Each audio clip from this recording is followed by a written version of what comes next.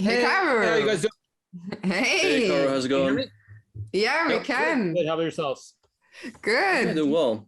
Congratulations. Hikaru, I think today there's only one place I can start. We saw you see the clip already on the chess.com show, but that infamous clip, how much was that on your mind during the game and how did it feel? Did you think of it during the game in the final No. stages? I mean, not at all. No, it wasn't. It wasn't on my mind. Not at all. No, I just wanted to play good chess. Hmm. Right. And were you surprised by Alireza's opening choice to play the Najdorf, or do you expect it? I was not that surprised by his choice to play Najdorf. I think if he had not won his previous game, it would have been less likely. But after winning the previous round, I understood that he was going to try to be aggressive. So why not? Hmm. Okay.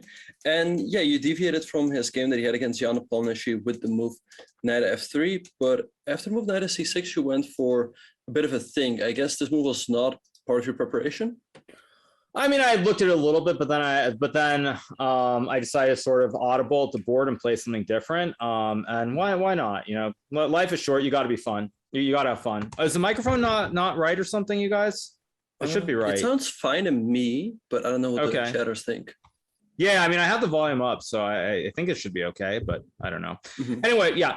Okay, so yeah, I mean, in terms of the opening, I mean, I thought Alireza, you know, there's one moral of the story in this tournament, which is if your name is not Jan Nepomniachtchi, you're gonna have to try to take chances with black and win games, and when you try to be creative, you're going to get swiftly punished and regret your choice very quickly. And I think this was another case where Alireza just took on f6 with the pawn and ruined his pawn structure, and it was just very bad.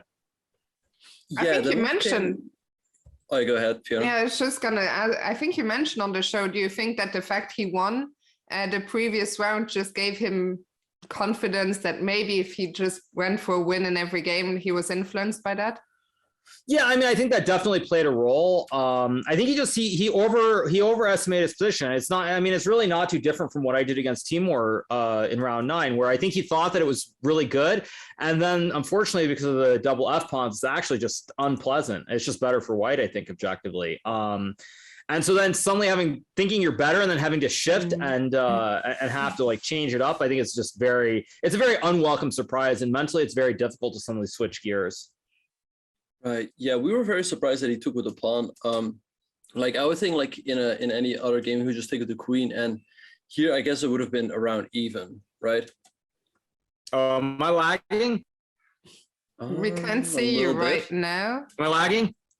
You're yeah, back. I'm probably Now. lagging. Yeah. Okay. Yeah. Back now. Yeah. So yeah, if he took with the queen, I think the position is probably even. I mean, it's maybe very slightly better for white, but nothing to write home about. But just the way he did it with taking with the pawn got him into trouble. And I mean, I think the rest of the game was just very, very smooth for the most part. Yeah, no, I think you played a very nice game after that, and you also kept up the pressure on the clock. Was there also in this tournament? I feel like Alireza has been really slow with his time management.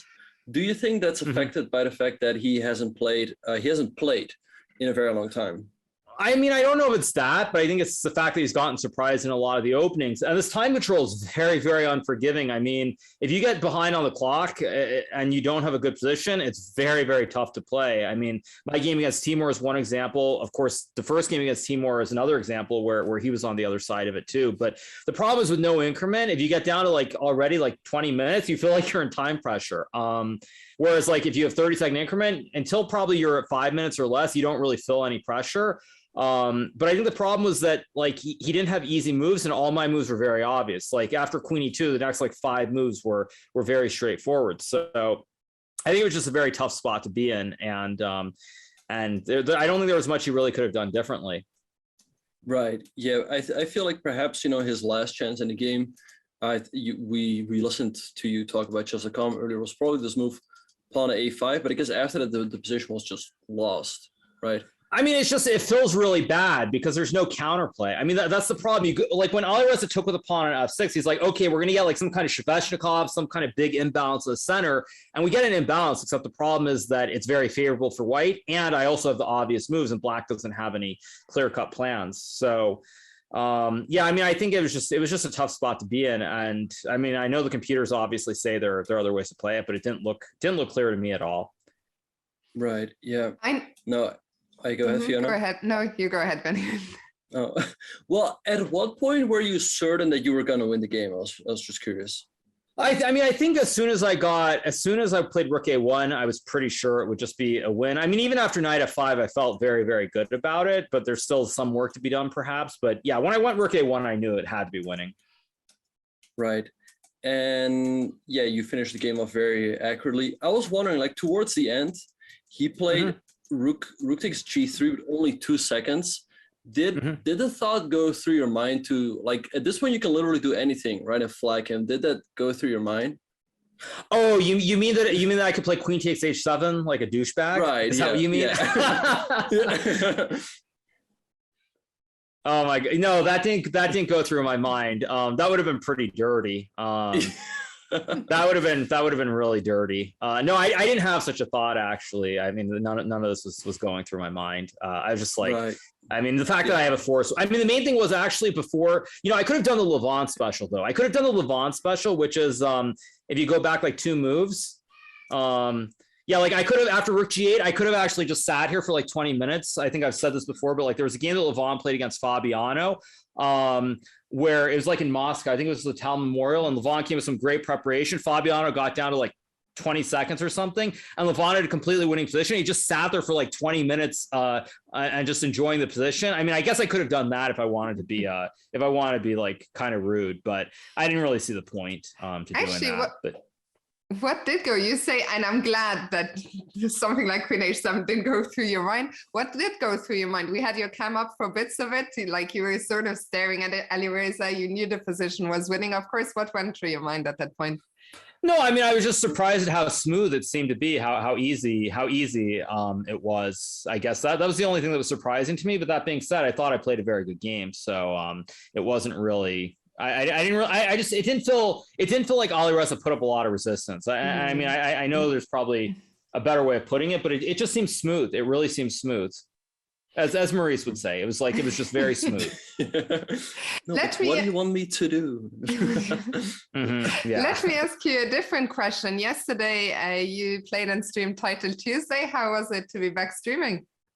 It was good streaming. I mean, I'm actually disappointed that nobody noticed I'm wearing the Butcher shirt from The Boys. That's actually the thing I expected everyone to notice, that I chose to put on the shirt that Butcher's wearing in season 3, episode 2 of The Boys.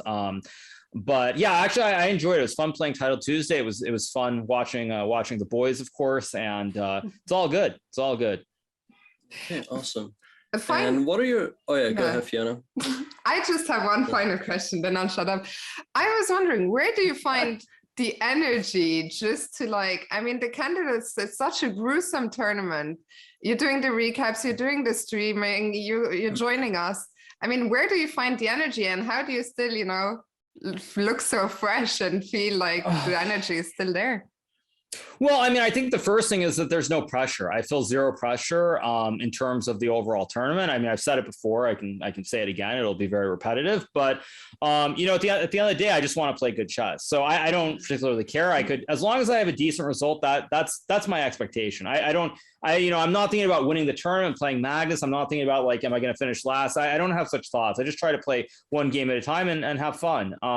So when you have that perspective, it's a lot easier than if, like, you're having to deal with the whole mind warp where it's like Alireza, for example, it's like he's 9 months to think about the tournament. It's like, okay, there's one thing he has to do. He has to win this tournament. That's the only thing in his mind.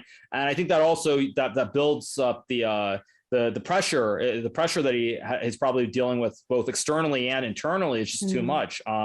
So because I just kind of, like, I'm just here having fun, enjoying it, and seeing all the fans. It just doesn't really faze me. And so I think, like, even obviously 2 days ago, it was very, very disappointing to lose to Timor. Who cares? You just try to play a good game of chess. And at the end of the day, it's, like 5 days till I get to go back to my real job. So I'm just keeping it loose. Fantastic. Yeah, awesome. And yeah, what are your thoughts about the tournament overall right now? So Nepo has quite a firm lead. He's 1.5 points clear of the field, but there's quite a fight for a second. Like if Magnus refuse to play the match against Nepo, there might be a chance that, let's say, Fabiano or yourself could play for the title against. Or Ding. I guess if Ding wins, he's in the running too. Right. I mean, whatever. I mean, I'll believe it when I see it. That's my attitude towards everything. I'll believe it when I see it. I'll believe it when I see it. It's just that simple. When Magnus chooses not to play, that's when I'll believe that he's not playing. But until then, I'm going to assume that he's playing. So I don't particularly think about such situations. If it happens, that's great. If it doesn't, I get to stream. Who cares? It's no big deal. Right. So would it affect your tournament strategy, like Magnus's comments, right? As second place might be enough as well to play a title match. No. I actually, I'll say something rather pointed. I'm specifically not going to let Magnus's comments get into my head, because I think that what Magnus said about Alireza 100% was not intended in the way that people think it was. I don't think he said that to try and he said that because he wanted Alireza to do well. I think he said it because he was trying to mess with Alireza's mind, and it completely worked brilliantly, because Alireza has fallen apart completely here. So no, I'm not gonna buy into any of Magnus's mind game tricks. All right. Will tell, as you're saying. Let's talk quickly your game tomorrow against Richard Rapport. We see his position on the board right now.